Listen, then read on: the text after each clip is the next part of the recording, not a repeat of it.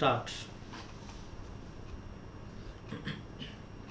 Mr. Speaker, sir, I am glad to participate in the discussion on the railway budget. We have been hearing several interesting points raised by the honorable members during the last 2 days.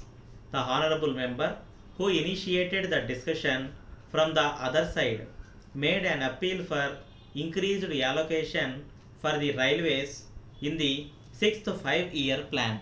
I think this is the crux of the matter. There are so many demands made on the railways, and there are so many problems that they have to face, but they cannot do so if they have not sufficient money. I think the Planning Commission has been rather unfair to the railways. I would only add my appeal to that made by the other speakers that this matter, even at this stage, should be reviewed and more funds should be made available to the railways for carrying out the important schemes which they have before them. Particularly, I would like to mention about the construction of new railway lines. A very small sum has been provided for this purpose in the budget proposals. I request that it may be substantially increased. Then there are one or two aspects of the working of the railways to which I would like to draw the attention of the Honorable Minister. One is the matter regarding railway accidents. This is one thing which is very much agitating the minds of the people and also the members. There is a feeling that travel on the Indian railways has become very unsafe. I am aware that the Honorable Minister himself is very much concerned about it, and he has already indicated in his speech the measures which he proposes to take in order to prevent them. But there are also other factors which lead to accidents that need to be looked into. It is not only due to the negligence of the drivers or other railway staff, but there are some other factors also, like the failure of the brakes and various other things. I think these require to be looked into. Here again, the question of funds comes. I find that only a very small amount has been provided for the renewal of tracks. It was mentioned in the report that tracks required to be changed. We have not been able to do that as often as it is needed. I think this one aspect required to be examined by the Honorable Minister, and more funds should be made available for this. As far as law and order is concerned, we bear a lot. We read in the papers reports about murders and thefts which are taking place in the railways.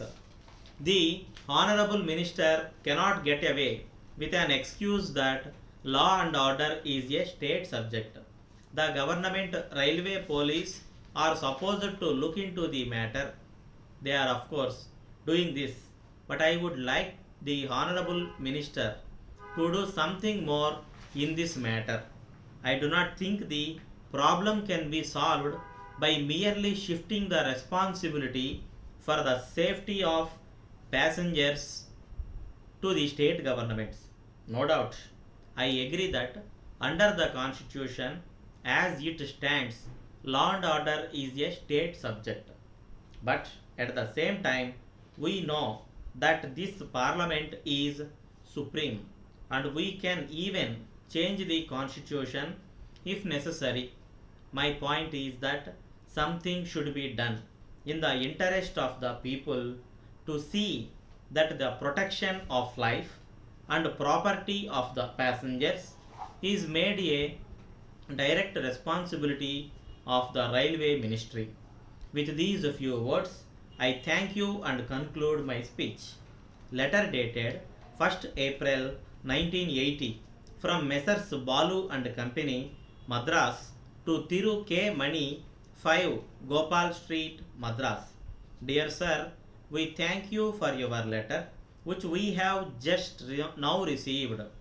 We are glad that you have decided to ask us to supply you the necessary goods for your new house in this city. We find from your letter that you are anxious that the goods supplied should be of good quality. We hope that we shall be able to satisfy your requirements. It will be a pleasure for you to know that we have been dealing in electric goods for many years. We think you will be glad to know that if you are able to find any defect in the article supplied by us, we shall be pleased to replace it immediately.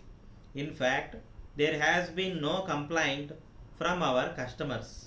We would like to inform you that we shall undertake any electric work. You may kindly note that it is not necessary to make any advance payment to us for this purpose.